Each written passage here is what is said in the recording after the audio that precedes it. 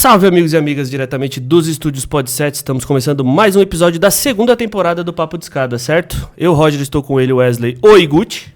Bom dia hoje. Bom dia hoje, certo? Estamos fazendo essa com plateia. Gravação diurna com plateia. E É Luana, né? Carol.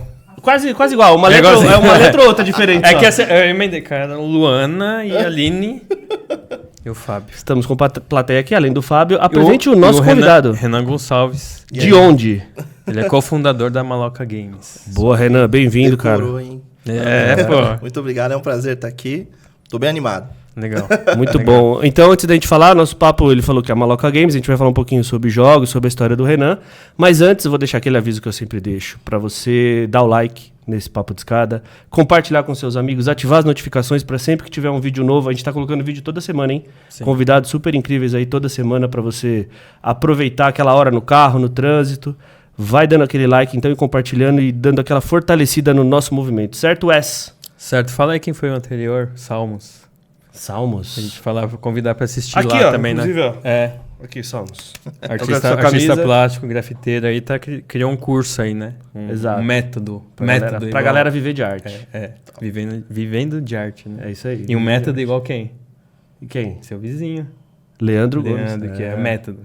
Método, isso aí. Especialista financeiro, É Leandro. isso aí. Ô, Renan, pra gente começar, cara, explica bem de uma maneira bem rápida, assim, o que é a Maloca Games? Tá. A Maloca Games ela é uma empresa que desenvolve jogos de tabuleiro com temáticas que valorizam pessoas marginalizadas e grupos, corpos, que infelizmente dentro desse universo é invisibilizado. Dentro da indústria como um todo, a gente já não é visto e não é colocado como protagonista, né? Então a Maloca ela nasce justamente dessa dor que se chama epistemicídio, que é essa invisibilização, e coloca essas pessoas como protagonistas dentro de um universo do entretenimento, que é uma coisa também que às vezes a gente é excluído. Uhum. E lúdica, né? Porque ela pega a ideia é pegar desde quando criança, quando começa a formar os conceitos que depois, com o tempo, viram preconceitos, não é isso? Exato, também. E tem uma coisa muito interessante que é, quando você se vê nesse universo, né? Primeiro que a gente nunca se viu, né? Então, a Maloca, ela nasce também para poder mostrar, para pegar essa pessoa mais nova e mostrar para ela que ela pode estar em qualquer lugar. Eu fui descobrir que eu poderia ser um herói depois que o Pantera Negra chegou, ainda que tivesse Super Choque. Porque por conta de toda a problemática social, eu não tinha consciência. Então, depois que eu tive consciência e eu vi alguma coisa que me representava, aí sim eu entendi o que era aquilo. E aí, lembrou de algum episódio? Lembrei de uns dois aqui. Só nessa... A gente não tinha essa noção, até colocar alguém onde você tá, que explicasse isso pra gente. Sim. E a gente entender que essa falta de representatividade afeta de uma maneira absurda. Total. E a gente, do outro lado, não tem nem noção. Sim. Não tinha nem noção. Até pegar e ouvir mesmo. Cara, muito louco. é bem interessante pensar isso, porque quando a gente fala, por exemplo, o meu cabelo. Quando eu fui... Eu nunca tive o cabelo... deixei o cabelo crespo e deixei ele black. Eu sempre alisava ou eu cortava. Isso é justamente porque eu lembro de eu ir pra escola com medo de ser zoado.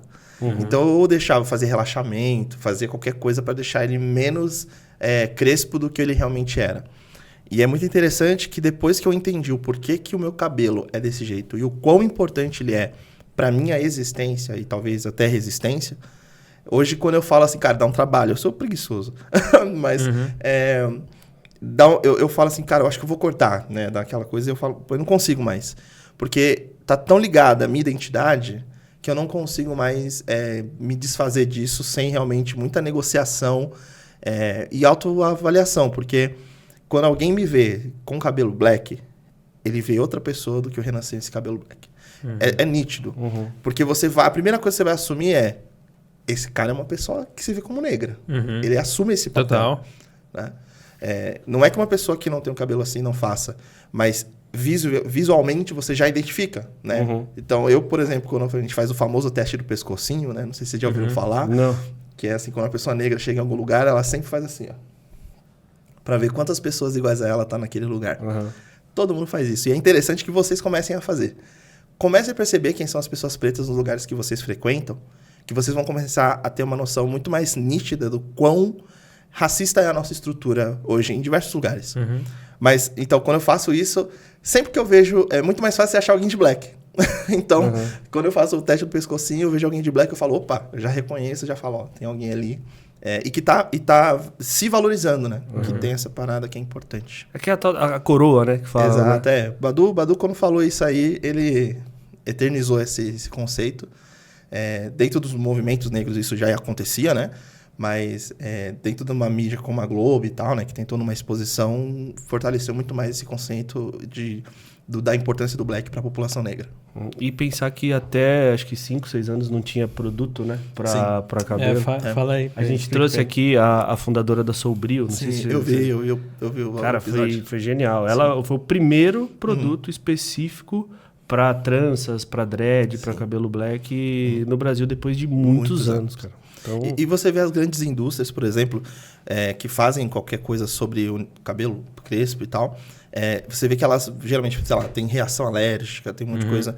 E aí, não é que não há um cuidado para poder produzir isso daí, né? Mas tem a ver também com atraso, porque imagina o seguinte, se essa indústria para cabelos lisos começou há 20, 30, 40 anos atrás, ela já passou por esse processo de errar, né?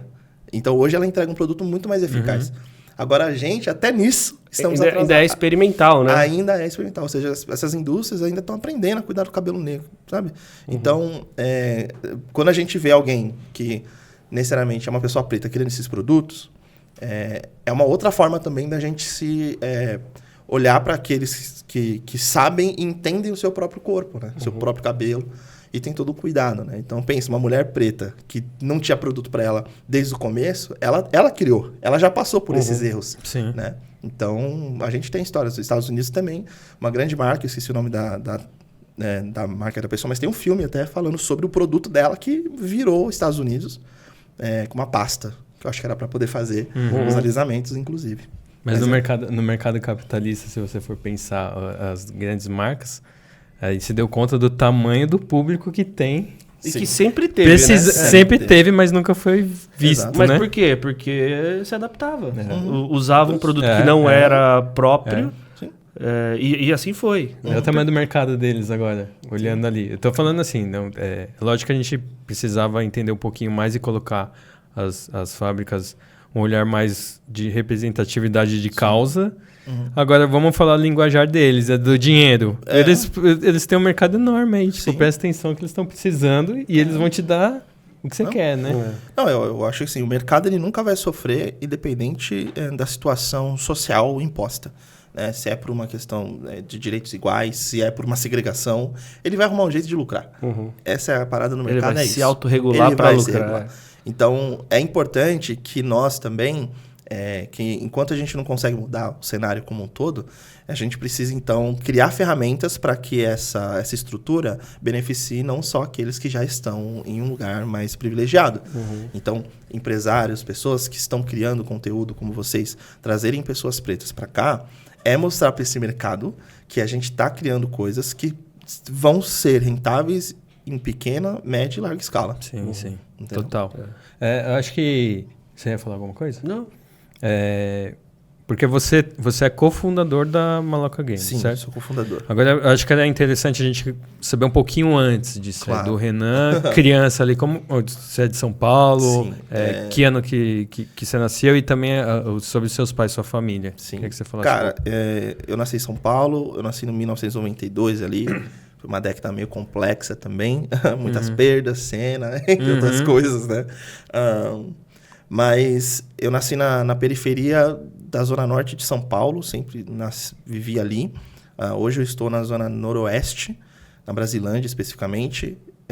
Meus pais agora são divorciados, né? Então eu tive uma mãe branca, um pai homem preto.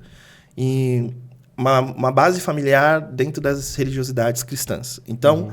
Eu tive ali, e isso é um padrão, né? A gente identifica aqui dentro das periferias, geralmente, quando você tem uma família mais estruturada, você consegue passar por uma história menos problemática ou com traumas e tudo mais. Não que eles não existam, tenho muitos, mas a minha mãe, principalmente, conseguiu fazer com que toda a minha trajetória ela fosse blindada por algumas coisas, né? Então, o fato de eu comparecer à igreja, né, e ali ter que ter leitura, ter que estudar, ter que não sei o quê, acabei adquirindo, por exemplo, essa assim, sou mais extrovertido, né? Um dos problemas que era a questão financeira familiar, a gente mudava muito. Então, eu estava sempre mudando de um lugar para o outro e isso também formou a minha identidade. Então, hoje eu sou uma pessoa mais comunicativa porque, necessariamente, eu precisava ser. Senão, não ia ter Precisava fazer amigo todo o tempo inteiro, né? Exato. Então, ou eu tinha que fazer isso, ou eu não, né, ia ficar isolado. E eu gostava de jogar bola, né? Sempre fui uma pessoa que sempre... Eu lembro que a minha mãe falava que eu chutava a bola quando eu tava de fralda ainda. E aí, pô, achei mesmo que eu ia ser jogador. E não vou me modéstia à parte, assim, se eu tivesse tido a oportunidade, eu seria... eu só não fui, acho que porque eu me lesionei. Eu tive uma lesão no menisco, entrei em depressão, porque já tava numa fase... Eu tinha passado numa peneira pro Vasco, pro Flamengo. Caramba. E aí, pô, ia participar da copinha pelo time do Tupanzinho, né? Do Tupã, lá na cidade de Tupã. E eu me lesionei, menisco. Na época a gente não tinha convênio, né? Minha mãe trabalhava sem convênio. E aí, cara, era 20 mil pra fazer. Sem condições. Aí, pô, meu mundo acabou. Agora uma curiosidade pontual aí. Que posição que você jogava? Centroavante. Pai Ronaldo. Homem gol. Pai era a versão 2, cara, tô falando. tô exagerando agora. Mas assim, jogava bem, né? Porque eu acabei jogando em escolinhas de futebol, cara, e fundamento, né? Então, vamos pensar na molecada que começava a jogar, você vai pro Neymar, né? Se destaca porque tem fundamento também. Né? Sem fundamento você não vai conseguir. Então eu me destacava porque eu tinha um pouco de criatividade, mas eu tinha um fundamento bem legal. Mas, pô, me lesionei e entrei em depressão e tal. Fui pra música, porque assim, meu pai também era professor dentro da igreja e tal. E comecei a fazer rap. E aí no rap foi outra parada assim que começou a mudar a minha identidade. Eu me vi enquanto homem negro também, mas eu ainda não me enxergava no mundo. Eu achava maneira a cultura. Essa coisa de rimar, de você ser rapper. Quem não quer ser 50 Cent com um carrão branco? Até hoje eu via 50 Cent e tal. Então toda esse vislumbre, né, que lá nos Estados Unidos veio primeiro do rap, no Brasil tá chegando agora, né? Essa coisa de você ter carros e mulheres, já encantava os olhos das pessoas que gostavam aqui, né? A gente só não tava no mainstream como tá agora. Então eu comecei a fazer batalha de rima, então participei lá, Santa Cruz, que nasceu MC da Projota, tava lá. Não virei amigo dos caras, mas eu assisti os caras rimando, tava lá rimando bem e mal. Depois desse processo todo foi, faculdade, né? Teve uma hora que a vida apareceu pra mim e eu comecei a fazer faculdade de História, hoje eu sou formado. E aí foi nesse momento em que eu me vi como um homem negro de verdade na sociedade. Dentro desse período eu conheci a Carol, minha esposa, e hoje também cofundadora da Maloca, que me pegou também num momento bem complexo da vida, assim. Eu acho que ela passou por poucas e boas comigo. Tem muito ainda pra passar, né, coitada? Só o começo, parece. Vocês se conheceram na faculdade? Não, a gente se conheceu num processo que eu saí da depressão ali. Eu entrei na música e eu acabei indo pra igreja. Eu voltei pra igreja, né? Porque eu tinha saído e tal. E eu comecei a ir pra igreja e conhecer ela lá, né? E aí eu fui lá e tirei ela da igreja. Caramba. É um bom caminho, cara. Não. Mas, Renan, o que te tirou da depressão? Cara... O que te colocou, ficou música... meio claro que é a questão do joelho, do esporte e tal. Não, frustração, mas, cara, né? Foi a música. Foi a música? Porque, assim, o rap, ele me pegou e me abraçou, porque aí eu vi, assim, que... Não é que eu era muito bom. Eu também não acho que eu era muito bom, igual eu era no futebol. E esse era o meu medo, porque no futebol, eu imagino assim, cara, quando você é elogiado, você se sente realmente, cara, será que é tudo isso mesmo? E eu não tô vendo, né? E tinha essa coisa da humildade, né? Você tem que ser humilde. Então, quando eu parei com o futebol, né? Eu falei, cara, acabou a minha vida. Eu não sou bom em nada, não gosto de estudar, não quero trabalhar, não quero viver dessa coisa de... Né? Eu vi a minha mãe sofrendo, acordando cedo, com dor nas costas, indo trabalhar. Meu pai era preguiçoso. Mas que eu falo, seu pai e sua mãe, qual era a profissão deles? Tá, minha mãe, ela era diarista, hoje ela é professora, se formou depois dos 40 anos. Legal. E aí passou em concurso e tal. Hoje ela leciona, mas ela sempre quis fazer isso, né? Sempre foi o sonho dela. Mas ela era diarista. Então eu passava a minha vida inteira vendo a minha mãe limpando a casa dos outros e a dela. Né? Meu pai, ele era professor de música. E aí, assim, nunca foi uma pessoa muito estável, né? Então, tava sempre com uns rolos aí, coisa que... Mano, enfim. E resolveu, esperou eu fazer 18 para abandonar a família e viver a vida dele. Você teve irmãos ou não? Eu tenho uma Teve, irmã. não, né? Tem? Tenho uma irmã, tá morando lá em Sorocaba, lá. Já mudou tanta vez também que eu já nem me lembro mais. Essa música é pra mim, cara. Pô, tá maluco? Então também tá morando no interior. Acho que não, agora é Mairiporã agora. Uhum. Tem 3 filhos, parece. Outra aí que procria também. Mas, assim, essa é a família do Renan, assim, né? E aí, depois desse período todo que eu entrei nessa depressão e a música me salvou, eu percebi que, tipo assim, eu me vi, mais uma vez, apto a fazer alguma coisa. Uhum. Eu sempre fui uma pessoa muito criativa e tal. Minha mãe então, tudo que eu sou muito, assim, eu devo a ela. É claro que tem influência do meu pai, mas, assim, a minha memória e até, acho que, como eu cresci... Acho que um pai na infância e um pai na adolescência e a vida adulta é diferente. Vocês se conhecem de formas diferentes. Uhum. Com a minha mãe, eu vivi essa experiência nos 2 lugares. O meu pai, eu não sei quem é. Ele não conhece o Renan homem, né? Adulto. Uhum. E eu não conheço ele de verdade como um homem adulto. Conheceria outro também. Entendi. Deixa eu perguntar uma coisa importante. Você se enxerga como homem negro na faculdade? Isso. Certo? O que você acha que te blindou durante toda a vida disso, de se enxergar antes, cara? Primeiro que a minha pele não é retinta. Uhum. Esse é um primeiro ponto. Segundo que as minhas amizades elas eram podadas em influência da minha mãe, né? Em detrimento da minha mãe. Então, a gente vivia num ambiente religioso e tal, e até aquela criança que estava nesse ambiente, que a minha mãe enxergava que talvez não tinha um comportamento que ela entendia como adequado, ela nossa, não vai ser amiga dessa pessoa, não. Né? Existia uma preocupação sempre da minha mãe de eu fazer coisa errada, né? E entrar para uma vida... Porque ela, independente, ela é aquilo, né? Você lança a flecha, você torce para ela cair no lugar certo. Né? Você não sabe se o vento vai fazer diferente. Então, ela tinha essa percepção da minha vida. Ela poderia fazer de tudo, mas eu poderia me desviar por algum momento por uma influência. Então, ela teve muito cuidado. Mas tinha uma coisa que ela conseguiu fazer. Eu acho que a maioria dos pais que tiveram sucesso, eles fizeram. Isso aqui é só uma brincadeira, mas é o trauma, né? Então, assim, olha só, se você for preso, a sua mãe vai ter que ir lá agachar pra ver. Você sabe como é que é? Sim, Você, entendeu? Eu não vou lá te visitar na cadeia. Pra ver o que tá levando. Cara, então assim, eu não ia... Assim, o problema de ser preso não era eu. Era a minha mãe, entendeu? Era a minha mãe. Então, nesse caso, eu tinha que tomar muito cuidado pra não fazer ela passar por isso. Então, isso ajudou, cara, esses medos e ver também amigos, né? Então, eu tinha amigos que entravam pro crime, amigos que se viciaram. E assim, chegou uma hora que não tinha como, né? A gente sabia que tinha um mal, uma criminalidade. E a religião foi fazendo também com que o inferno, essas coisas fossem sempre também uma parada que... E hoje, qual que é a sua religião? Nenhuma. Nenhuma. Hoje eu defendo que você pode ter a sua religião.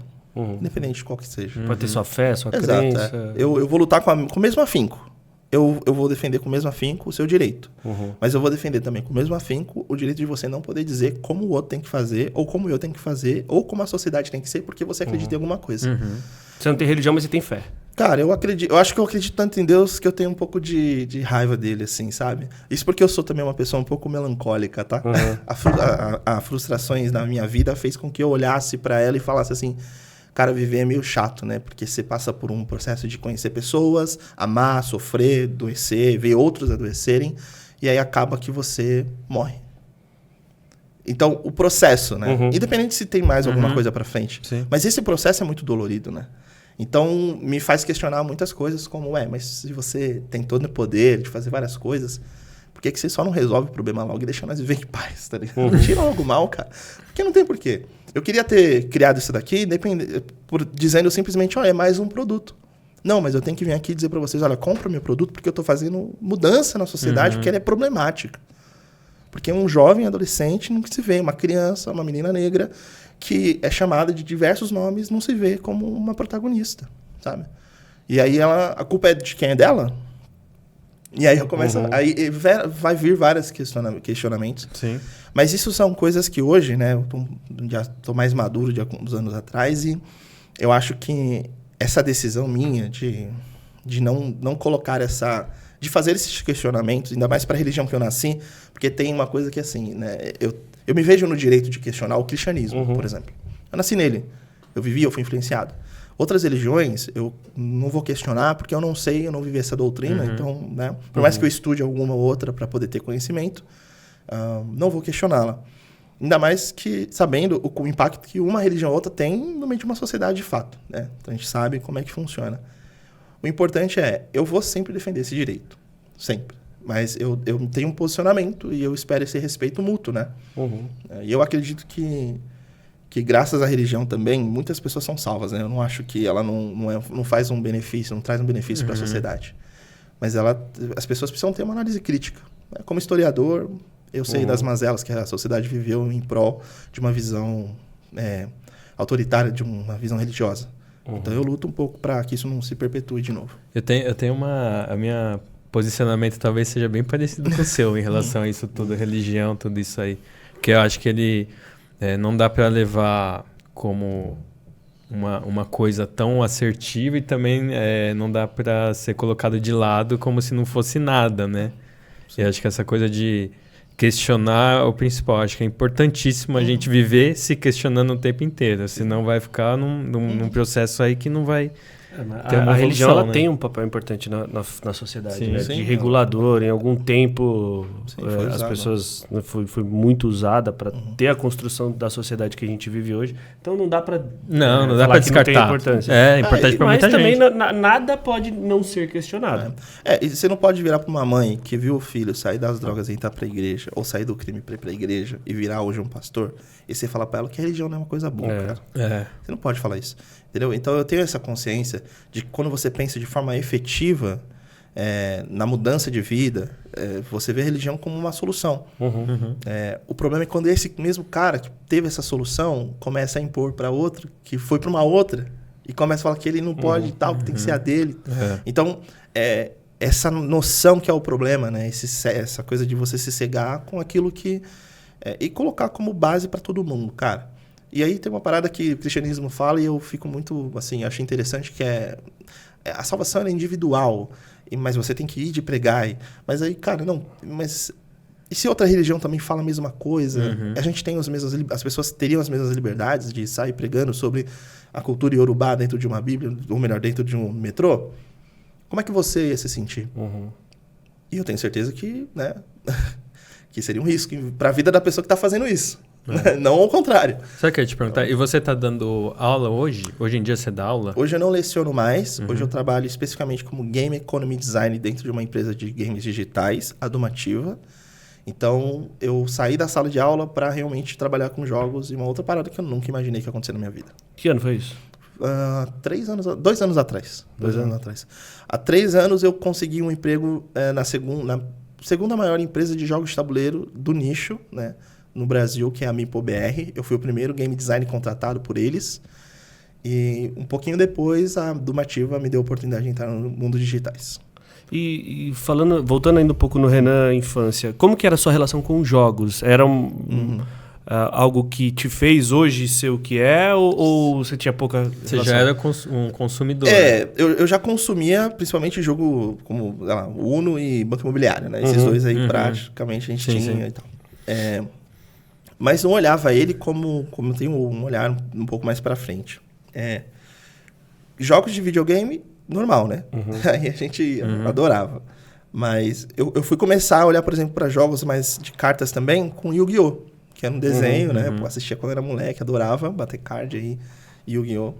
Mas a minha relação sempre foi essa padrão, que eu acho que a maioria dos brasileiros viveram, que é com jogos tipo, sei lá, War, Jogo da Vida e Banco Imobiliário. E assim, jogava com a minha família um pouco, aí, né, aprendi a roubar ali, né? Eu aprendi a roubar no Banco Imobiliário. Não foi na rua, foi lá.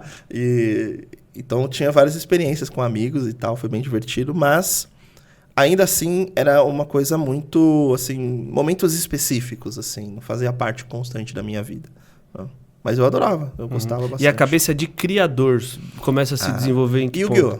Yu-Gi-Oh! Mesmo? Novo. Eu comecei a criar os meus primeiros cards. Acabei de lembrar de uma coisa aqui, que eu acho que ela até colocou a mão na cara lá. Eu fazia os desenhos, cara, eu sou péssimo. Adoro arte e grafite, mas a arte me odeia. Eu digo que eu amo ela, mas ela me odeia. Porque eu comecei a desenhar cartinhas, né, do Yu-Gi-Oh! Da minha versão, pô. Eu queria comprar carta e não tinha dinheiro. Então eu pegava, entrava em algum lugar... Meu Deus, que vergonha. Eu não faço mais isso, tá, gente? Não faço mais isso. Pegava os cartões de visitas.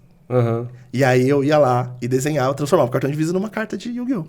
Fazia os meus monstros e tal. Só que eu era muito ruim. E meu irmão, assim, de consideração, William, é um artista pleno. Definitivamente. E a gente pegava, assim, ele fazia o dragão de aço, cospe bola de fogo, e eu fazia o Homem-Gota. E, tipo, era definitivamente uma gota, só que não era uma gota bonita, era uma gota feia, véio. E assim, eu tinha o Homem-Gota, aí eu tinha o Menino Gota, porque eu não conseguia fazer nada além de uma gota. Eu acho que é importante eu salientar isso daí. Então, mas assim, eu tentava, cara, e era assim, tenebroso. Eu acho que essa é uma coisa que eu tinha que moldurar e colocar na minha casa, porque é uma história... Você ainda tem isso? Eu guardo tudo, minha mãe fez, guardava minhas coisas, né, e a gente tem ainda. Eu tenho um monte de carta de Yu-Gi-Oh! Também, que eu comprava na banca lá. Isso aí vai valer dinheiro, quem sabe, a gente vai ficar rico com outra coisa também, né? Mas, cara, eu tenho guardado, principalmente o Homem-Gota. Esses dias aí fiz uma versão nova, porque uma amiga nossa fez aniversário. Falei, vou fazer uma homenagem a você, que ela ria tanto do Homem-Gota. Que vergonha. Aí eu fiz o Homem-Gota versão. Não melhorou. É isso que eu ia falar. Aí você colocou um do lado do outro, viu que não mudou nada. Não mudou pouca coisa, velho. Talvez eu aprendi a fazer um sombreamento, mas aí eu acho que no máximo. E aí eu vou te falar que eu saí triste depois, porque eu falei, cara, como pode, né? Não adianta, habilidade você tem que treinar, você tem que desenvolver. E aí você funda junto com a Luana, segundo Wesley, mas Carol... Verdade. Você saiu da faculdade, estava lecionando? Eu comecei a lecionar na faculdade, foi na faculdade no último semestre que eu comecei a me interessar por jogos. E assim que eu entrei, a gente, né, já estava se relacionando e tal, já estava casado, na verdade.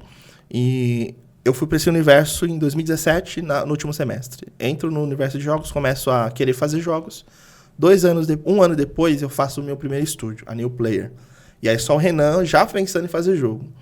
Eu já tinha um viés mais afrocentrado, assim, de fazer jogos com essas temáticas. Mas nada oficial. Em 2020, teve o primeiro encontro internacional de jogos de tabuleiro, no maior evento que tem sobre esse universo, que é a Gen Con. Lá, foi online por causa da pandemia, e a gente acabou tendo que fazer painéis online. E teve um rapaz, Sanderson, que foi chamado para fazer isso. O Sanderson é um designer excelente. Hoje, cofundador da Maloca, a gente trouxe ele, né? E ele me chamou também para participar dos painéis. E a gente começou a conversar sobre o racismo dentro do universo de jogos. Racismo, a falta de representatividade e outros temas. Quando a gente percebeu que tinha um monte de gente preta dentro desse universo, que não se conhecia, e que sentia essa solidão, a gente falou, não, a gente precisa fazer alguma coisa. Então fundamos o movimento Afrogamers, que são basicamente um conceito para o processo de desenvolvimento de jogos. Afrogames são 3 pilares: representatividade, protagonismo e afrocentrismo. Afrocentrismo é um termo que eu introduzi junto com todo mundo, mas eu solicitei para a gente adicionar, que ele é um termo histórico. Então, quando você aprende história, você vai aprender ele a partir de um viés eurocêntrico. Isso foi o Brasil desde sempre. Então, um viés totalmente europeu. O afrocentrismo faz o quê? O contrário? Não. Ele vai pegar aquele agente histórico. Então, eu vou falar, por exemplo, da Ásia. Eu não vou falar da Ásia com um viés africano. Eu não vou falar da Ásia no viés eurocêntrico, né, da Europa. Vou falar da Ásia a partir do viés dela.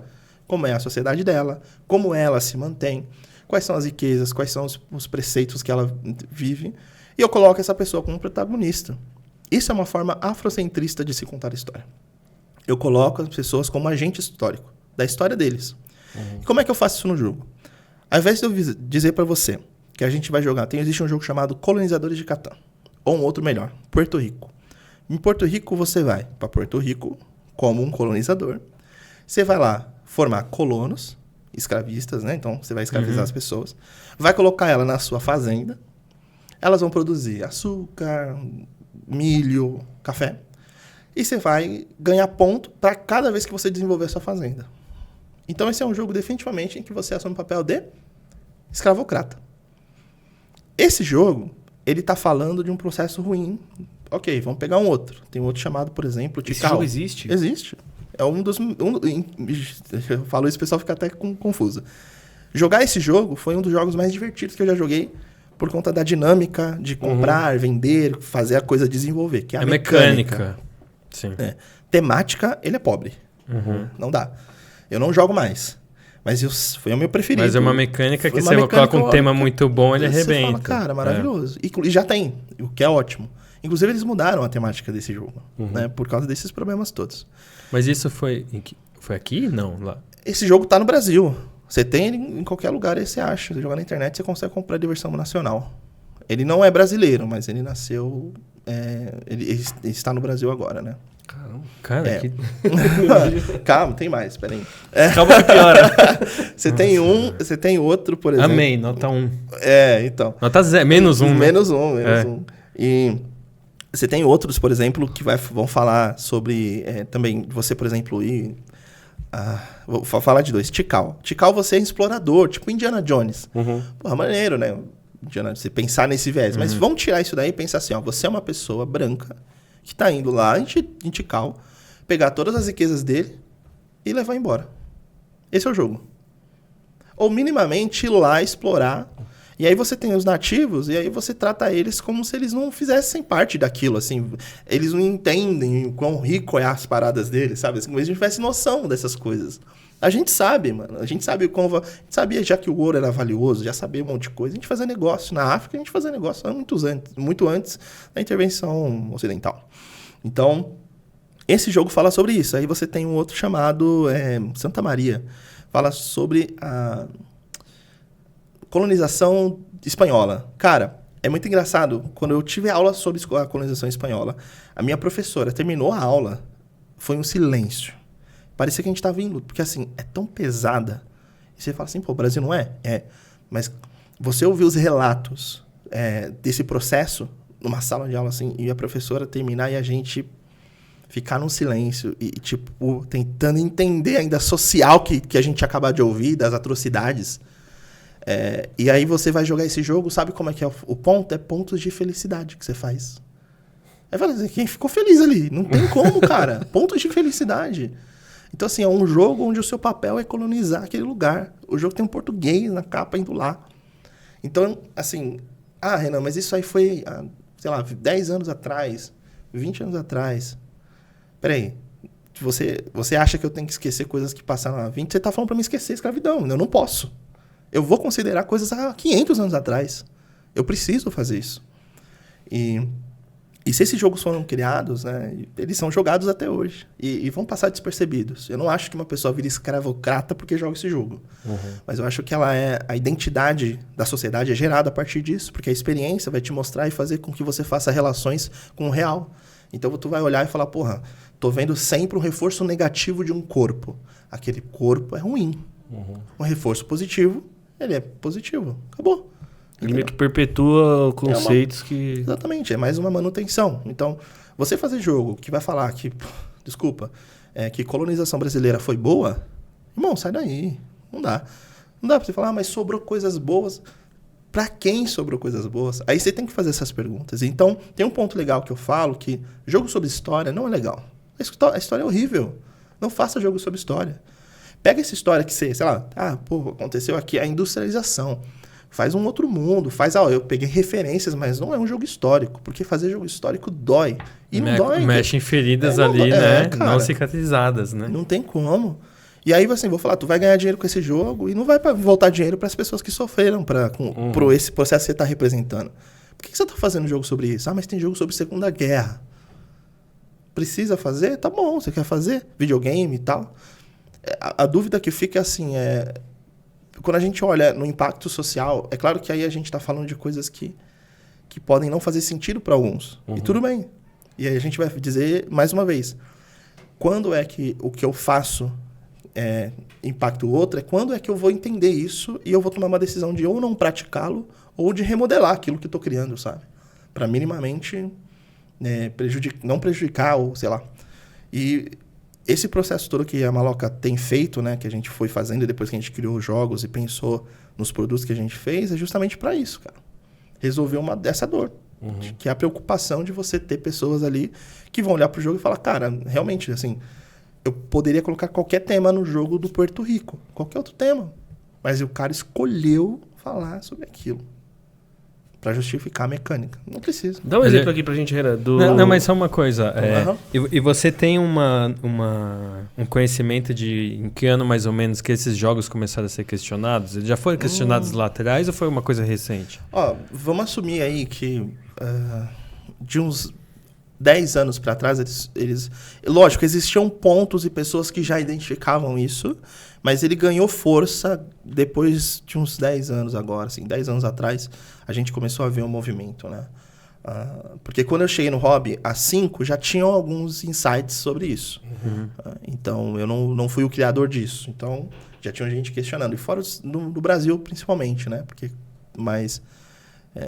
mais informação, mais conteúdo chegando para poder falar sobre esses assuntos. Então deve ser uma crescente junto com as redes sociais, né? Também. É verdade. Potencializada pelos Sim, o poder com das certeza. redes sociais. Porque senão ia estar escondido aí o pessoal pouco sendo difundido esse questionamento, né?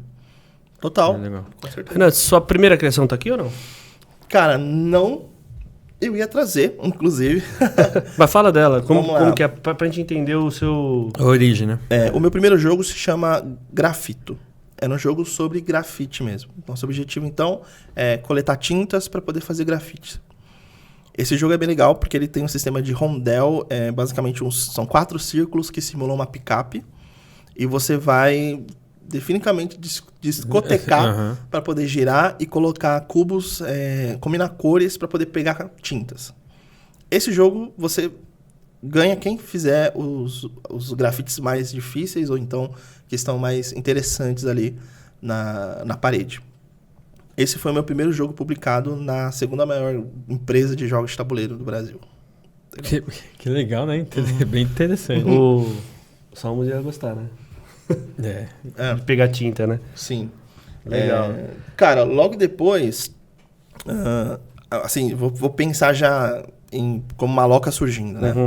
Como a gente estava dentro do nicho, ainda como new player, a gente iniciou o processo, o financiamento coletivo desse jogo, que eu fiz em parceria com o Rogério Lourenço, um irmão de caminhada aí também.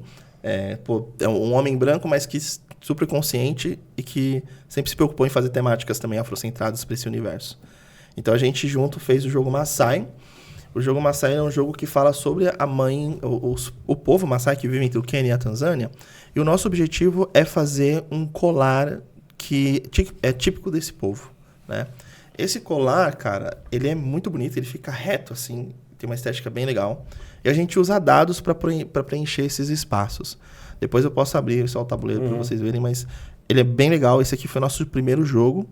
E a gente financiou ele, a meta dele era 30 e poucos mil, a gente fez 45 no Catarse. Então a gente juntou uma galera bem legal para fazer o jogo acontecer. Que acabamento, hein? E quantas unidades saíram? A gente produziu 500 unidades, esgotaram já. A gente tem menos de um ano no produto já. Entendeu?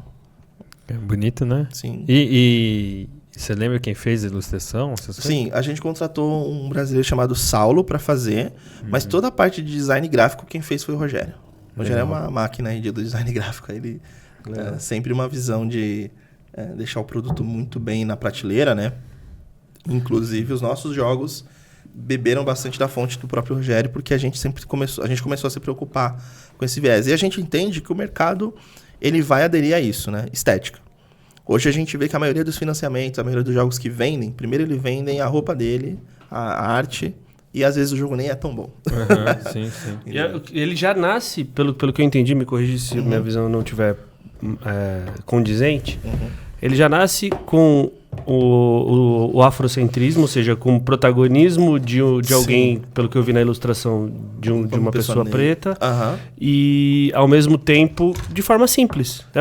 Conceitualmente é montar um colar, né? Se você for parar para pensar, não tem aquela... Você não precisa machucar ninguém, resgatar ninguém, colonizar ninguém, é isso? Aqui a gente já começa falando que o objetivo do jogo é só você construir um colar. A gente vai fazer isso em conjunto, só que de forma competitiva. E aí a gente usa os dados, cara, e o mais legal quando a gente fala desse jogo, em questão de complexidade, ele não é um jogo, por exemplo, para quem está fora do nicho. Por quê? Porque ele tem algumas complexidades em mecânicas, né? Em formas de jogar. Mas o mais legal se a gente está jogando em uma X quantidade, pode levantar. Para mostrar bem. A gente usa Bem bonito o tabuleiro mesmo. esse dado, por exemplo, a gente vai encaixando, ó, tem uns espaços no tabuleiro e a gente encaixa. Então, a gente vai pontuar na hora que a gente coloca o dado e se ele for da mesma cor. Só que cada um também tem uma semente, cara. São essas sementes coloridas aqui. E toda vez que você consegue colocar um dado perto de uma semente sua, você está fazendo uma conexão. Isso pode aumentar os seus pontos. Então, ele também não é um jogo só de você ir lá, joga o dado, anda. 1, 2, 3, 4, azar. Não é isso, né? A gente está falando já de uma coisa que você tem opções e você tem que tomar decisões estratégicas para fazer a melhor pontuação. Variantes, né? Então você não fica dependendo da sorte 100%, por mais que ele tenha isso. Esse daqui foi o primeiro Afrogame que eu lancei, né, realmente em produção, em larga escala. E eu acho que ele foi, assim, esteticamente dentro do nicho, foi o que validou a gente. E dá pra dizer que é o primeiro Afrogame do Brasil ou não? Não, já porque tem mais criadores. Porque o Sanderson, ele já tinha criado jogos, ele é o pai dos Afrogames, é o que a gente chama, né? Eu não vou lembrar qual foi o jogo que ele lançou agora de cabeça, mas ele já trabalhava com essa temática muito antes do Renan, né? Ele já tinha essa preocupação e tinha outros produtos já. Que ano que foi esse? Esse daqui a gente lançou em 2022, né? Via financiamento coletivo. Depois que a gente fez esse, nasceu a Maloca em 2022 também, logo no segundo semestre. Ele é o embrião da Maloca. Ele é o embrião, exatamente. Porque aqui a gente estava validando, primeiro, se tematicamente fazia sentido, o financiamento coletivo, se a gente conseguia aderência. Depois a gente foi, vamos meter as caras, e aí a gente falou, precisamos agora de um produto que quando ele chegue numa prateleira, que ele chegue num lugar, as pessoas enxerguem que é Maloca. E foi o Axé. E até de um formato mais comercial, vamos dizer assim, mais fácil, né? Exato. Aqui, qual que é o diferencial da Maloca também, né? A gente produz jogos que são mais acessíveis. Então, a gente não vai produzir, talvez, no mesmo lugar onde todo mundo produz, para poder ter um custo mais baixo. Então, a gente começou com esse produto, imprimindo ele numa gráfica rápida, né? E a montagem dele totalmente manual ali, a gente que fez.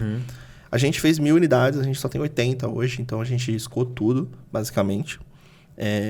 Esse produto é um produto que é o mais fácil que a gente tem de jogo hoje. Ele é um Candy Crush com dominó. E o seu objetivo é basicamente fazer a manutenção da sua energia conectando cores. Cada jogador só vai posicionar a carta e tentar posicionar elas uma do lado da outra. Esse produto, inclusive, a gente fala que ele é aquele que é o mais fácil. Então, só para não molhar a sua caixinha, que eu acho que você deu na água aqui, um peteleco na água aí. Mas... Olha o toque, Fábio. Não, eu tô falando para não molhar. Tá brincando. Então aqui você tem, por exemplo, as cores dos personagens, das pessoas, né? Cada cor aqui representa uma cor de energia. Aí todo mundo fala, mas são os orixás? Não. Por quê? Porque eu não estou representando os orixás nas ilustrações. São pessoas, especificamente a gente focou aqui em trazer os turbantes como uma forma étnica, né? Então a gente trouxe alguns turbantes para representar uma galera. E as cores, elas, claro, fazem alusão aos orixás, mas não são eles, né? Então, por exemplo, uma pessoa que naturalmente faz parte de uma religião de matriz africana, ela vai falar, beleza, vou jogar. E que cor que você é? Eu sou vermelho. Por quê? Porque eu sou de tal orixá. Beleza, tu pode fazer isso. Ou você pode falar, eu sou vermelho. Por quê? Porque eu sou comunista. Tudo bem, não tem problema. Flamenguista. Porque eu gosto de vermelho. Porque eu gosto de vermelho, não tem problema. O grande ponto é, o que eu estou fazendo? A energia, segundo a religiosidade de Yorubá, ela precisa ser acumulada. Então, se você é o vermelho, o que você tem que fazer é juntar o máximo de vermelhos possível. Então, lembra que eu falei do Candy Crush, que você vai fazendo a conexão de cores, ou dominó? Só que tem um detalhe. Tem um verso também, né? Esse lado é para 2 ou 4, e aqui é 3 ou 6. Então é um jogo de 3 a 6 pessoas. De 2. Nossa, que complexo, hein? Só que qual que é o ponto? Você só vai usar esse lado para jogar quando é 3 pessoas. Se você é o vermelho, o que você tem que fazer? Aumentar a sua cor, como eu disse. Só que você pode sobrepor até 2 rostinhos, ó. É onde a sua energia interfere na do amiguinho. E aí é onde a gente gosta muito, tipo Uno, né? Compra 4, toma aqui, você pula, não joga. E a gente vai usar, são 18 cartas que a gente usa para jogar só. A gente terminou de usar todas as cartas, a gente vai procurar o seu maior grupo. Se você for a pessoa que tiver maior grupo, você foi a pessoa que melhor fez a sua manutenção. Cara, tão simples quanto. Em 5 minutos eu expliquei aqui pra você como é que é. E aí você joga isso aqui com uma criança e ela vai, legal, e colocando a carta. Você vai jogar com um adulto, você vai ver a rapaziada jogando também. Esse jogo aqui, ele ganhou versões já. Tem uma turma que joga com versões e regras novas. Tipo, tá virando Uno já. Porque tá virando vida. Justamente porque o jogo como ferramenta, ele pode até te dar um norte ali. Mas o que a gente quer mesmo é que ele seja algo vivo, né? Que as pessoas se identifiquem com ele. E tem um detalhe muito importante. Existe um comércio muito grande de jogos de revenda. Você consegue comprar muito jogo usado. Só que, até hoje, a nossa intenção é que as pessoas não revendam nossos jogos. Porque, como a gente traz uma memória afetiva, toda uma afetividade para os nossos produtos, tu vai até falar assim, cara, mas eu não jogo muito. Mas esse jogo aqui foi feito para mim. Então, uma pessoa de matriz africana que nunca teve um jogo de cartas pensado para ela, não tem por que ela vender. Primeiro que ela não vai ganhar muito dinheiro com a revenda, mas segundo porque fala dela, né? É para ela. Não, e ela, de certa forma, ela normaliza esses personagens dentro de uma posição diferente do que o padrão, exato. Os antepassados, os antepassados e tudo mais. Sim. E até pensando como é que você vai introduzir uma temática dessa dentro de uma escola, por exemplo, né? Sendo que a gente tem uma sociedade que às vezes ela vai pensar que isso é uma temática que eu estou tentando trazer uma religião e tal, né? Então, a forma lúdica, ela traz facilitações, né? Pra gente falar sobre assuntos que podem ser complexos. Eu tenho bastante gente para te apresentar, viu? Por favor.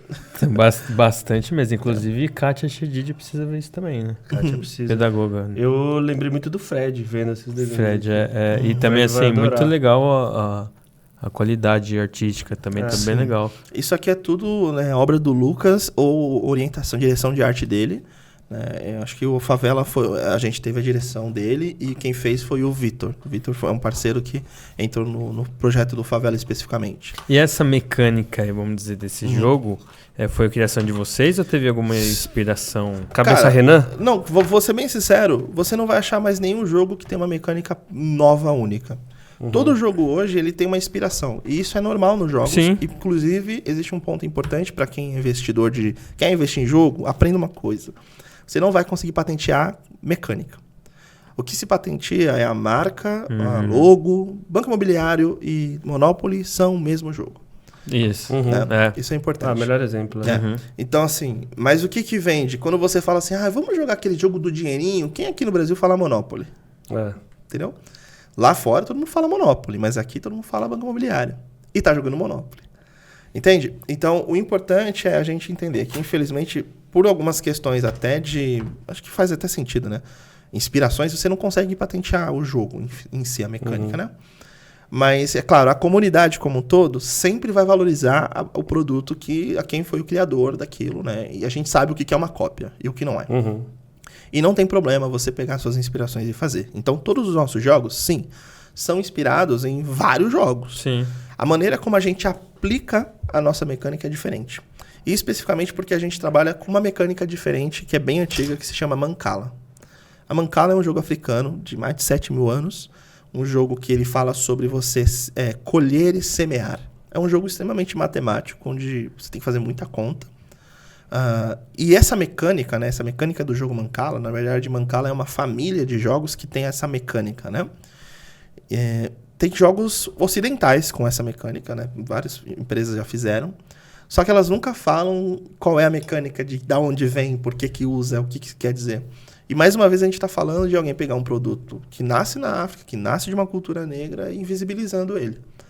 E aqui a gente faz o seguinte, a gente fala e usa a Mancala, ensinando a origem para o pessoal entender. Inclusive a gente fez um post essa semana sobre Mancala para o pessoal entender. Então, a gente fala que nós somos especialistas em Mancala.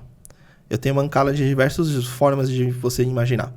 O Favela, você usa a Mancala para poder trazer a construção e o morador para dentro da favela que a gente está construindo. O Galo da Madrugada, você usa a Mancala para poder trazer os foliões para curtir o carnaval e fazer pontos pelo o que está mais hypado naquele ano. O Pipas não usa Mancalas, mas eu tenho uma cacetada de jogo lá que tem Mancala, só que pensado de uma outra forma. Então, o legal dos jogos é que às vezes você tem uma mecânica que ela fala assim, quando você coloca uma peça, você faz alguma coisa. Só que se você faz uma mecânica que eu tiro uma peça e eu faço alguma coisa, já mudou a dinâmica. Colocar uma peça e tirar uma peça é diferente. E isso faz com que o jogo tenha uma vida também de remodelagem muito alta, assim, sabe?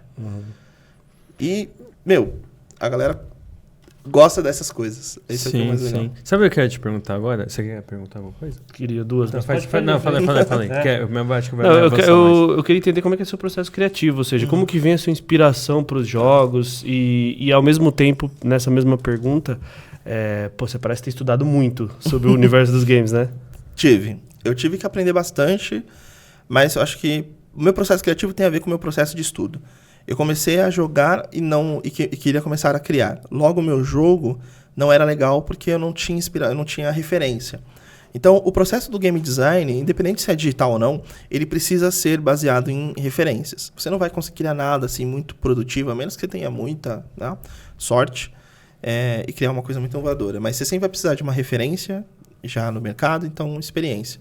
A criatividade quanto à inovação ou até o processo criativo, ele depende muito da pessoa. Tem gente que começa pelo tema. Por exemplo, carrinho de rolemã. Cara, se eu te der esse tema, talvez você vai falar, porra, como é que pode funcionar um jogo? E aí você começa a pensar na solução a partir da temática. Tem gente que não, fala, cara, pensei numa dinâmica de um jogo de puzzle aqui, onde eu tenho que conectar peças. Aí depois é que você pensa na temática onde faz sentido. Sei lá, sou um azulejista, qualquer coisa para encaixar. É o que a gente chama de colar a temática num tema abstrato, né? Se você for parar para pensar isso aqui, a gente começou esse daqui pela temática. Mas se você olhar para ele e pensar só na mecânica, agora você consegue pensar ele em qualquer outra temática. Né? Você vai viajando. Então, depende muito do produto, depende muito do teu momento, né? É muito íntimo. Eu conheço gente que prefere mais a temática. Eu gosto da temática porque a temática ela me permite vincular um pouco algum conceito muito dela, né? Por exemplo, no axé, por que eu vou pontuar o meu maior grupo? Porque é onde o meu objetivo dentro da cultura é acumular o máximo possível. Então, eu não vou fazer um pouquinho aqui, um pouquinho ali, não. É o meu máximo. Então, é por isso que você vai pontuar o seu maior grupo. Então, tematicamente faz sentido. Por que eu digo que eu posso sobrepor a sua cor? É só porque é divertido? Também, pra caramba. Mas é porque, realmente, a tua energia não interfere na minha?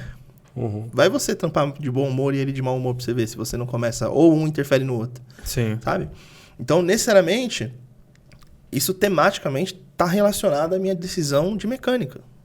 E esse é um grande detalhe, né? Que as pessoas falam que, às vezes, eu gosto muito de jogos imersivos. E aí a gente acha que, às vezes, a imersão tem a ver em você estar no ambiente e, né, você tá... Não, cara, é uma decisão. Por que a gente vai fazer isso aqui? É por causa disso aqui. E você fala, caraca, faz sentido. Por que eu pulei aqui e não ganhei? Porque aqui tinha uma taxa que na época do ano tal, nessa cultura é assim que acontece. Você fala, caraca, mano. Parece que eu tô vivendo a cultura da pessoa. Aprende junto, né? Você entendeu? Então, todas essas decisões do meu processo criativo, elas estão relacionadas a levar em consideração aquilo que eu tô representando. Então, a temática, ela interfere diretamente nas minhas decisões mecânicas, né? Mas não precisa ser o ponto principal. Às vezes eu posso achar uma mecânica e eu tentar ver algum lugar que eu consigo fazer ela se relacionar. Mas acontece do tipo, você não está com a cabeça naquilo, mas fala, puta, isso daria um jogo? Claro. Nossa. E aí vem todo momento, né? Quase sempre. E aí vem o lado do músico, do compositor, talvez, da influência da música, né? Que é mais ou menos um processo parecido, né? Sim, assim, eu acho que eu sempre fui desenvolvido para criatividade, né? Então, minha mãe sempre fazia artesanato, então tinha essa coisa de criativo, achar do lixo ao luxo, né? Então, eu sempre fui levado a isso. É claro que, na questão como eu trabalhei isso na música e tal, eu acho que isso se aplica muito mais no processo do Renan ser uma pessoa que ele vai lá e vai aprender a mexer num software. Cara, hoje eu mexo em Photoshop. Você fala pra mim, aprende a mexer em Illustrator. Tá bom, eu vou pegar, mano. Eu tenho certeza. Assim, por quê? Porque eu sou essa pessoa que eu vou sentar e vou fazer, mano. Eu não consigo ficar esperando os outros, entendeu? Então, às vezes eu sou um pouco centralizador, né? Não sai perfeito, obviamente, porque me falta técnica de longo prazo, mas eu consigo dominar. Então, o processo, para mim, eu acho que a música me ajudou muito mais nisso. Então, hoje, qualquer ferramenta ou coisas relacionadas a isso, eu consigo me virar. Mas, realmente, para criar o jogo, é uma coisa mais, assim, desse treino da criatividade. Você tem que estar sempre tentando criar. Você vai errar, vai ficar ruim, normal. Mas vai testando, vai treinando até você achar uma. Tanto que quando eu fiz o grafito, eu lembro até hoje que eu virei pra Cora e falei assim, aqui tem, é esse aqui. Eu tinha certeza. E assim, né, mais uma vez, ele foi mexido pra caramba. Mas eu sabia que ali estava pronto. Ele só o conceito criativo é o mesmo. Ele só tinha que ser lapidado, mas ele estava bom para sair. Eu tenho um jogo chamado 1890, que é um jogo de construção de trilhos de ferrovia no Brasil. É um jogo econômico. Você vai investir na bolsa, em empresas, e você vai construir e ainda gerenciar a criação de ferrovias no Brasil. Esse jogo aí, quando eu fiz, eu falei, cara, tá pronto. Nossa, que legal, hein? Cara, parabéns. Aí esse daqui, ele não sai pela maloca. Por quê? Porque ele não é um jogo afrocentrado. Ele vai sair com a Meeple BR. Então, com a Meeple, eu fui lá e falei, olha, eu tenho esse jogo aqui, mano, que é caro pra caramba, vai ser caro. Não dá pro meu público, né? Mas, ó, é isso aqui. Aí eles olharam e falaram, não, beleza, é isso. Vai ser, eu acho que o primeiro... Assim, depende, tem mais gente fazendo. Foi muito engraçado. Depois que eu fiz o lançamento do meu, assim, o anúncio que a gente ia lançar, mais 2 saíram falando que ia fazer. Foi muito engraçado. Então, a gente saiu na frente aí, tá desenvolvendo. Mas é isso, assim, cara. E eu acho que no final, esse processo todo, da criação, ele vai variar, né? Entendi. Você ia fazer a pergunta? Não, eu emendei as duas. Eu ia te perguntar o seguinte. Eu tô vendo lá Pais e Filhos. Sim. Que momento, como que foi essa aproximação? Cara, como que aconteceu isso? Modo guerrilha em Abrim. Eu fui pra Abrim, a gente sabia do potencial da Maloca, das nossas criações. E eu encontrei uma pessoa que hoje, infelizmente, não tá mais lá, mas fez a ponte, né? E até hoje é amigo meu, então... É o Léo, um abraço, Léo, já fica aí. E aí... começamos a negociar e eu mostrei todos os jogos que eu tinha, né? Depois de um papo, de uma reunião, eu consegui enviar uma proposta. Essa proposta foi passada, né, para os gestores, né, para os administradores. Acho que de 5 opções, eles ficaram com 3, sendo 2 já estavam quase certas. Eles pediram uma modificação, que foi o Pipas e o Você Lembra, a gente fechou os 2 com eles. E o outro foi um outro chamado La Muerte, que é um jogo infantil, mas fala sobre putz, esqueci o nome. Dia dos Mortos, né? Lá no México. A gente tinha que mudar até algumas ilustrações, porque ele não é um jogo macabro, ele é um jogo bem fofinho, na verdade. Só que a gente achou que ele... Até porque o Dia dos Mortos lá não é macabro, né? Exatamente, Mas assim, como a gente associa a ser um jogo infantil, e aí tinha uma caveira... Antes tinha uma caveira, né? Com foguinho, assim. Era bonitinho pra mim, mas talvez não era infantil. Sim. Então a gente teve que mudar. Esse ainda tá em processo, só que a gente tá com outras demandas, então talvez demore um pouco mais pra sair por eles. Então a gente tá voltando pra ver isso mais pra frente. Cara... O processo com eles foi bem legal, assim, a gente criou uma relação bem saudável.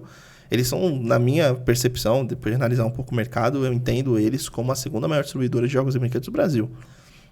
E aí, assim, tirando, né, tô pensando na Estrela, também, que tá no mainstream, a Pais e Filhos, mas ela produz pra Grow. Então, tipo, né, quem é a Grow? Que tem War, né? Então, quando começa a classificar, acho que eles têm esse poder aí. Muitos anos no mercado, né? Então, enfim. Eu tô perguntando porque todos que você falou são todos meus clientes, né?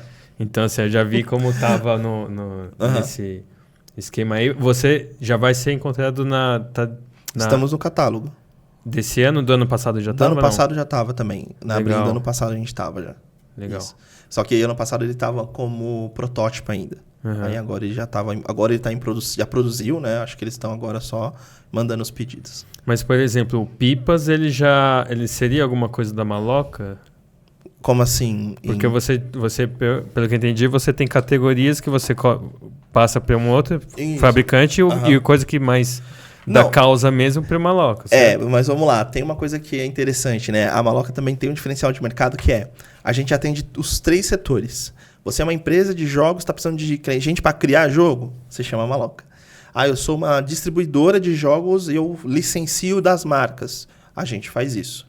E a outra nós vamos produzir os jogos em algum lugar e nós vendemos e somos uma marca competidora. Como a gente faz os 3, olha que interessante que é.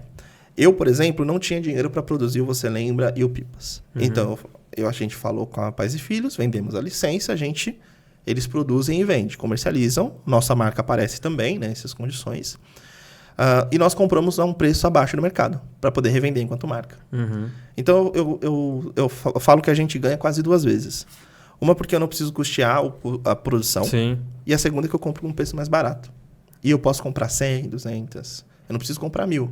Igual as fábricas hoje me obrigam. Sim. Então, como um negócio até de sustentável, assim, pensando na sustentabilização do meu negócio, da Maloca como um todo, esse licenciamento especificamente com a Pais e Filhos, ele foi muito bom para a gente poder ter mais produtos no nosso catálogo. Então, sim, ele está no catálogo da Pais e Filhos, ela tem o licenciamento, mas ela faz parte do nosso catálogo como criação. Então, a gente compra para comercializar como se fosse um lojista, só que com preço mais em conta. Porque eu vi também que da Pais e Filhos, a logo da Maloca tá lá também, né? Como desenvolvedora, né? Sim, Parecem os dois aqui. Não? Exato. Porque tem um ponto aí importante que a Pais e Filhos, ela também assumiu esse papel de ver a importância do nosso papel na sociedade. Né? Então, a gente pediu para fazer isso, explicamos os motivos comerciais, né, relevantes, e aí eles entenderam também o impacto. Porque isso também é positivo para eles, né? Sim, assim, a Maloca crescendo. Se eu vender 500 enquanto Maloca do Você Lembra, a Pais e Filho vendeu 500, entendeu? Então, e é isso. E a gente firma cada vez mais a nossa parceria. Né?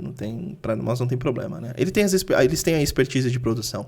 E esse é o gargalo que a Maloca tem. A gente não tem produção própria. E os próximos passos, sonho, onde você está querendo chegar? Vamos lá. A gente, mais curto, né? A gente tem um financiamento coletivo aberto agora, que é o Quilombo Zero, é um RPG que está no Catarse. A pré-inscrição está aberta, acho que a gente, quando for ao ar, a gente já ainda está em pré-financiamento, vai sair em março só. E isso é para curto prazo e a gente tem mais 4 produtos para ser lançados até junho. Um deles é o meu primeiro Black Power, que é esse das pecinhas aí. A gente tem o Samba de Roda, que vai sair também. É um jogo sobre a gente trazer a galera, os sambistas, os bambas, pra gente fazer nossas rodas de samba e pontuar. Que é o nosso primeiro jogo cooperativo. Não, ele é isso, cooperativo. Então, é nós jogando contra o tabuleiro. Esse é o nosso primeiro jogo cooperativo e ele tem uma temática sci-fi. Então, tem nave espacial, a gente tá viajando no espaço. Esses são os jogos que a gente vai lançar. O mais interessante é que no final do ano a gente já vai estar com o nosso primeiro jogo digital, mobile. A gente pegou o Axé e a gente vai transformar ele numa versão para App Store. A gente já está com os programadores no processo, a gente está no processo agora de finalização das mecânicas básicas do jogo, mas até o final do ano a gente vai ter, se eu não me engano, assim, tô falando se eu não me engano porque eu tenho que fazer uma pesquisa mais a fundo, mas eu acho que ele vai ser o primeiro mesmo jogo afrocentrado com temática religiosa dentro da App Store, como um jogo casual e não educativo. Então, que legal, hein? Eu acho que rompendo barreiras, hein, Renan? Pelo amor de Deus, cara. Quanta coisa. E aí eu já vou fazer um apelo aqui, tá? A gente quer ir pra BGS. Então, se tiver alguém querendo ajudar a gente para custear esse evento, ajuda, porque a gente tá fazendo de tudo aí para poder chegar. Quando que é? Outubro? É em outubro, novembro, se eu não me engano. Acho que é outubro. E aí tem uma graninha que a gente precisa desembolsar aí. Mas eu tenho certeza que se a gente tiver com o jogo, vai valer a pena, porque lá a gente vai poder... Eles querem montar uma área para jogos de tabuleiro. Então, olha que interessante. A gente chega numa área totalmente nova, embrionária deles. Então, estamos começando a firmar uma parceria com um dos maior evento de jogos do Brasil aí. Entrando com jogos de tabuleiro, mas levando o digital também inovador, assim, né? Como mecânica e como tema. Talvez a gente não saia de lá com investimento de milhões, mas pelo menos barulho a gente vai fazer, isso é certeza. Tá, e me fala assim, porque a gente está partindo para o final, né? Claro. Então, primeiro eu ia te falar uma coisa antes disso aqui, porque acho que é importante a gente mostrar isso aqui. A gente vai encerrar com isso aqui. Mas agora eu queria que você falasse, porque a gente está em fevereiro agora. Sim. E daqui uns 15 dias tem a Feira do Brinquedo, a Brim lá. Perfeito. Queria que você falasse de como te encontrar lá, o que você vai fazer lá. Legal. Eu vou estar lá na Brim em 2 momentos. A gente vai estar num espaço chamado Game Show. E lá vão estar vários jogos de tabuleiro de diversas marcas, se eu não me engano. E a gente vai estar expondo os nossos produtos lá. Então você vai poder chegar, vai poder jogar, vai poder conversar comigo, não só comigo, mas com outras pessoas da Maloca, e conhecer um pouco mais do nosso trabalho e, claro, fazer parcerias. Além disso, a gente vai fazer uma palestra. É Brim Talks. Isso. Esse tô por fora dos nomes, aí se souber pode falar. Mas a gente vai falar sobre jogos de tabuleiro e diversidade no universo de brinquedos e jogos, né? Então as importâncias e tudo mais. E aí eu vou tentar trazer justamente a galera para ter essa noção. Porque eu acho que tem um ponto legal, que as empresas que estão na BRIM, elas acreditam, lógico, no potencial dos jogos. Mas eu acho que elas ainda não estão conseguindo achar os produtos ideais para elas. E o que eu quero fazer é mostrar para ela que nós somos a empresa ideal para você fazer o seu produto. Porque a gente vai ter o conhecimento do público, porque a gente é esse público. A gente tem a expertise da criação e da criatividade, porque a gente vem do nicho, né? E a gente vê pouco a relação dos produtos mais populares ou das marcas populares com o nicho. Então a gente está fazendo esse meio de campo. E porque a gente não brinca em serviço, a gente joga. Então, é isso que a gente faz. Falando rapidamente assim, na Bean Talks ele vai fazer uma palestra, vai dar uma palestra. E no Game Show vai ter, acho que se não me engano, 9 mesas lá, por aí. Sim. E vai ter uma demonstração lá, você vai estar o tempo inteiro demonstrando os seus jogos, Sim, certo? Além de fazer negócios.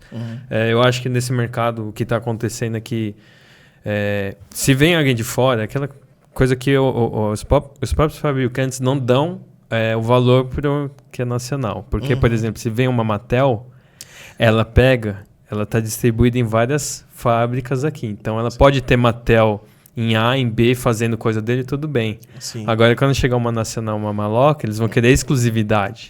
Não vai querer que você esteja na Pais e Filhos, na B e na C. Vai querer assim, não, você só tá lá. Sim. O pessoal não se ligou que já não tem mais como segurar isso aí.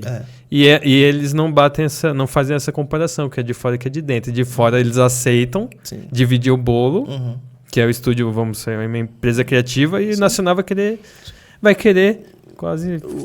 Desculpa o trocadilho, mas é quase te colocar como um escravo deles ali.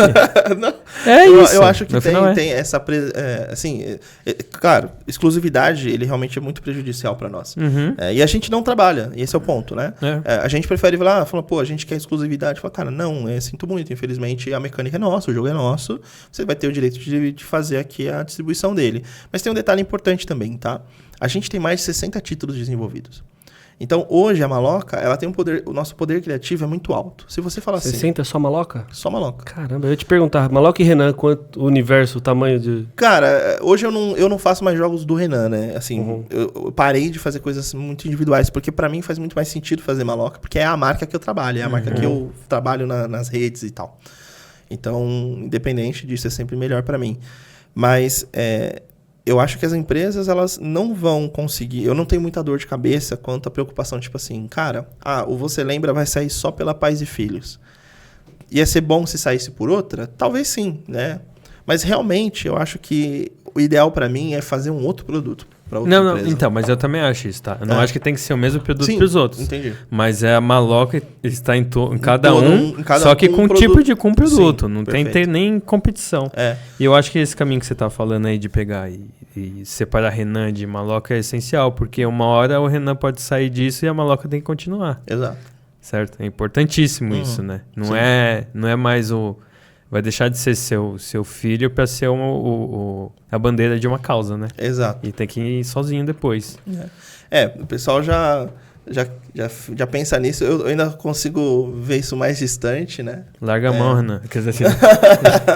Tipo isso.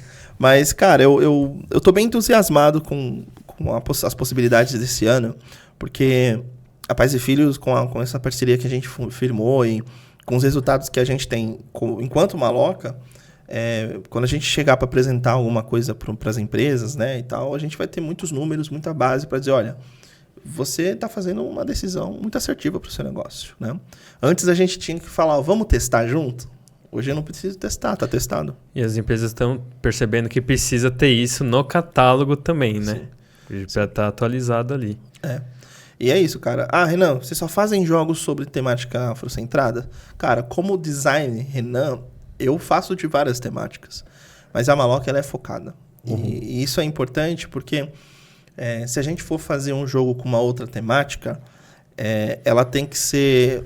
A gente tem que tomar muito cuidado. Então, a proposta ela tem que vir levando em consideração o que está sendo, para que está sendo. a gente poderia até pensar em como fazer isso funcionar.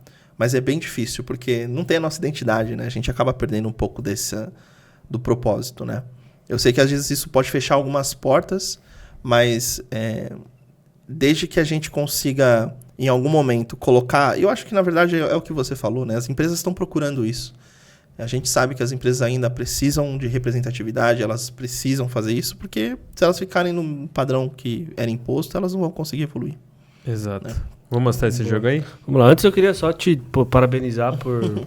Eu tava lendo aqui um pouquinho do Você Lembra e dizer o quanto é necessário o que você está fazendo, né? Sim. Porque aqui você vê o retrato da nossa sociedade, do nosso povo como ele é, né? De Sim. fato. Então... e por outro lado, não me entenda mal, mas que bom que seu menisco estourou, né? Porque podia ter sido um outro caminho que talvez fosse te dar muito mais grana, mas não ia te dar o propósito que acho que talvez a Maloca tá te dando. Então, é necessário o que você tá fazendo, tá? Mas é um papo, o que ele tá falando aqui é um papo de manco pra manco, tá? Eu tenho 3 ligamentos cruzados aqui.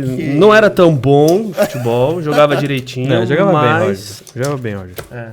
Mas hoje você não arrisca nada, não pode arriscar? Nem posso, nem de brincadeira. Você ainda dá uma brincada de vez em quando ou não? Uhum. Não tenho nem A como. última vez que eu fui falar que eu ia jogar a bola, minha mãe olhou pra mim assim de cima a baixo. Mas com esse peso todo, e ficou quieta. Ela simplesmente falou isso. Mostra o Ronaldo Fenômeno pra ela no Corinthians. Cara, você tá me tirando? Calma aí, peraí. Fábio, o único toque que o Roger não tem é de bola. Essa foi incrível, cara. Essa é ótimo. Bom, o que eu vou pedir pra vocês? Coloquem essa folha na frente de vocês, tá? Eu sei que isso aqui é um protótipo, então por isso que tá assim ainda, tá? Folha sulfite e tal. Esse é o padrão também, a gente nunca faz coisas muito mirabolantes no protótipo. Qual que é o objetivo do jogo? Eu vou contar até 3, a gente vai virar a pecinha aqui, a carta. E aí você vai procurar essas 2 peças dentro dessas que estão na sua frente. Depois que você encontrar, adivinha o que você vai fazer? Montar, né? Então aqui é o momento em que você vai descobrir, você pode virar para qualquer lado, mas você tem que montar essa parada aqui. Deixa eu ver se eu consigo. A figura ela completa com as peças que estão com essas aqui. peças, Tá. entendeu? Não pode usar nenhuma outra peça. Beleza? Quem terminar primeiro vai gritar Black Power. Essa aqui quer dizer que você acabou de aumentar o seu Black, você acabou de né, completar ele, né? Exato. Entendi. Essa versão protótipo 1, beleza? Esse é o lado mais fácil, tem o lado mais difícil. Então, beleza? Eu não vou jogar, hein? Vou só olhar. Tenho medo. Beleza? Então vamos lá. 1, 2, 3. Pode virar. O dele tá mais fácil. Pai, olha pro seu. Foi chiqueiro. Como que é, meu? Black? Black Power. Black Power. Uno! Boa. Vai de Eu novo. falei que tava mais fácil dele, ó. O meu não cheguei nem a Obrigado, posicionar. Renan. Obrigado, Renan, a gente combinou certinho, hein? Igualzinho. Esse aqui, Esse é- esse aí, fica ó. aqui ou Ah, volta eu pro teria seu? Esse volta. Eu teria conseguido agora, ó. Boa. Não. Não. Ixi. Vira ela. Assim, ó. Isso. Foi. Pode virar ela tranquila. Entendi. Tá? Que legal. Beleza. Eu vou fazer assim. Eu que vou entregar a folha aí agora. Já Tá vai bom. entregar procurando. É porque ele tava vendo antes. Eu também acho. Então vai lá, hein.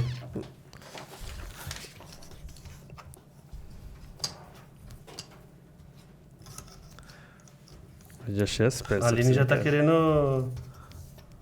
Já tá querendo me expor ali, a minha esposa. Black Power. Opa. Puta, olha, por pouco. Legal. Esse é o jogo. Essa é a versão... Aqui, ó. Dobrado. Aqui, ó, louca. Tá dobrado um aqui, ó. Ela querendo proteger o marido. Aqui, ó. Qual Vem que cá é- você, então. Já fica o convite. Aí, ó. Ele aumenta pra 3 peças. Vamos, né? Eu só quero uma dessas, só. Só uma. Tá. Como A assim? gente faz junto? Isso, vai lá. Como, Que essa, como assim? Essa que essa é com 3. Ah, tá. Aí essa aqui é a versão pra adulto. Essa não era. Ixi, essa então não é nossa, não é nossa. Vai lá. Vai falando, ele vai sair depois, Renan, Sim. com nesse tamanho, vão ser cards É, grandes? o que vai acontecer? Esse jogo a gente vai ter uma mudança de tamanho, de cartas e ilustração. Então tudo que tá aí é só um protótipo pra gente poder ver a experiência real, né? Caramba, isso tá difícil até de procurar peça. Então... Black Power. Peraí, não. Ah, e se eu falar aí e não for? Aí você perde. Ó, Black Power aqui deu, tá? Já deu, né? Só pra te avisar, tá? Caramba, não achei nem a outra deixei peça. aqui, ó. o primeiro. Acho que eu te roubei. Mas não tinha peça, eu né? acho, não sei. Ah, não, tá ali, ó. Ah, Ah, não, que susto. Mas é isso. Aí você vê que esse, teoricamente, é pra ser um pouco mais difícil, né? Cara, mas é Você bem tem- legal esse jogo. Muito louco. muito Não faz legal. uma pra ele empatar, não. Vamos acabar com 3? Por mim, eu acho melhor Eu acabar. fico como vencedor. Já Tá bom. deu. 2-1. Entendeu? Muito legal. E é isso. O mais legal é, esse jogo aqui, essa versão é a mais simples. A gente tem várias regras. E uma das regras tem algumas cartinhas que tem personalidades e desenhos de coisas da cultura negra. Depois que você faz o Black Power, você tem que escolher dentre X cartas, uma delas para você pegar. O que você está fazendo? Cada carta vai ter pente garfos de cores diferentes.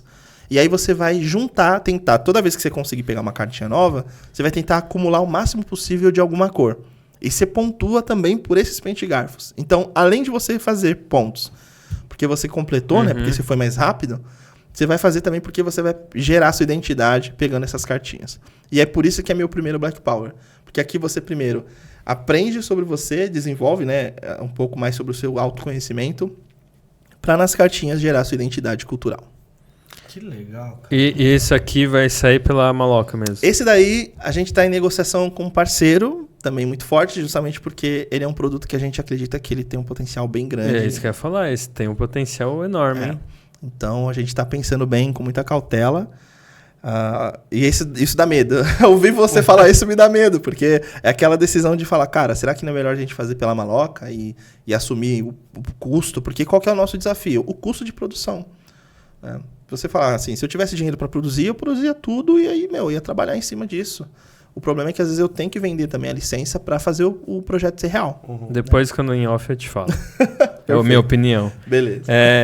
Vamos encerrar? Vamos encerrar, mas Certo, Renan, sim. putz, adorei, cara. Cara, Eu que tô legal. fascinado com isso aqui, com esse universo. Queria falar pra quem tá assistindo a gente, pra pensar na maloca e em tudo que a gente falou e no que a gente mostrou aqui como uma solução, como um presente para quem você gosta, para quem você quer, independente de qual etnia seja. Né? Para quem, para as crianças pretas, é legal para se enxergar e para as que não são, para entender a sociedade em que vivem e normalizar o que já deveria ser normal desde sempre, né? Que é essa diversidade. Esse é um ponto bem importante. As pessoas acham assim, os jogos da maloca são para pessoas pretas e pessoas negras. Fala, gente, meu jogo não é para pessoas negras. É para qualquer pessoa. Mas ele representa pessoas negras, pessoas indígenas, pessoas LGBTQIAPN+. Eu tenho um jogo sobre diversidade de gênero, cara. Então, os nossos jogos, eles não são só para pessoas... Esse aqui não é só para pessoas LGBTQIAPN+. Não, é para pessoa hétero, cis, inclusive aquela que tem preconceito. Para ela poder começar a ver o que a gente está falando, né? Mas os nossos jogos são para todo mundo. E eu acho que esse que é o ponto, né? Assim, ter isso na coleção vai fazer você se aproximar da diversidade brasileira.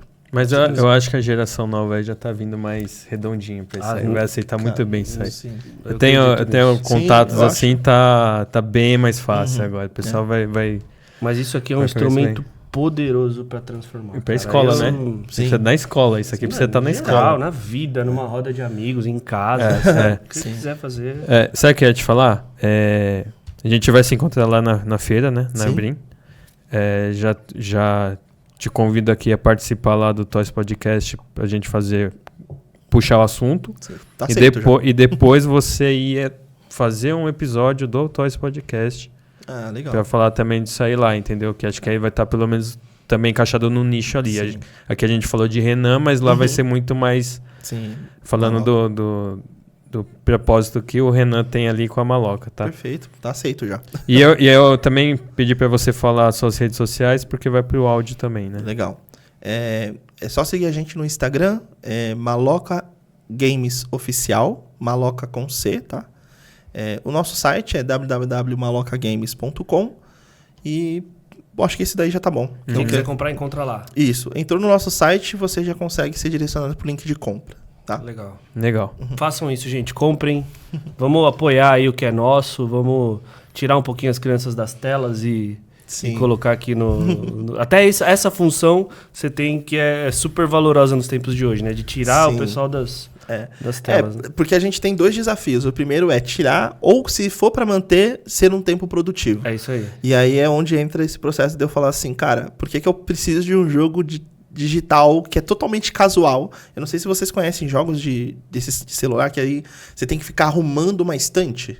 Tá na moda agora. Você tem que ficar arrumando produto de uma estante, cara. Esse é o jogo. Você fica lá horas fazendo isso. Aí chega em casa é uma bagunça. Mas tudo bem. Eu não vou levar isso em consideração, não. Mas assim, imagina que... por que eu tenho um produto desse tão genérico, sabe? Uhum. Se eu puder... por que eu não crio um produto desse que é mais identitário? E é isso que a gente vai fazer com a Axé. Então, ao invés de... Imagina que eu tenho lá 500 mil milhões de pessoas que fazem parte da cultura de matriz africana. Isso dá mais ou menos 3% da população brasileira. A gente tem mais ou menos essa métrica. Se eu fizer um jogo para essas pessoas, o meu potencial de público é pelo menos metade. Uhum. Eu tô falando que o meu jogo vai ser o único desse lugar, concorrendo sem ninguém, para atender essa população. O pai vai deixar o filho jogando, o pai vai jogar, a mãe vai jogar, o avô, o tio, não importa. Porque é um jogo casual, entende? Então, até essa visão de mercado do universo digital a gente está conseguindo aprimorar. Legal. Muito bom. Parabéns aí, você encerra aí. Encerro. Obrigado a você que acompanhou a gente até aqui no Papo de Escada. Espero que vocês tenham gostado tanto quanto a gente gostou aqui. Foi um momento lúdico, divertido e também... Sabe quem vai gostar? Quem? Fred. Não, eu falei dele. Eu vi muita ilustração aqui, cara. Que eu Sim, achei a não cara eu tô dele. falando como o episódio todo. Fred, isso aí você tá assistindo. O Fred é aí. suspeito, ele gosta de todos, né? Ele sempre fala que gostou de todos. O Fred é o cara que faz toda a Não, mas ele concepção vai ter uma artística. identificação Legal. muito grande. Maneiro. Principalmente com o Axé, o jogo Axé. Eu achei que esse especialmente vai tocar ele. Legal. Mas É beleza, pessoal. Obrigado pra vocês. Então não se esqueçam dos recados que eu deixei lá no começo, pra seguir a gente, acompanhar a gente nas redes sociais. E também o Renan e prestigiem esse trabalho que é fenomenal, certo? Certo, é isso aí. Valeu, até a próxima. Valeu. Tomou um 2x1, hein?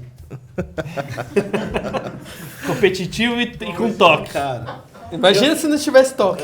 eu não posso brincar. A Carol fala pra mim assim, você não pode jogar com as pessoas, porque eu sou muito competitivo, cara. E assim, eu gosto de ganhar de criança.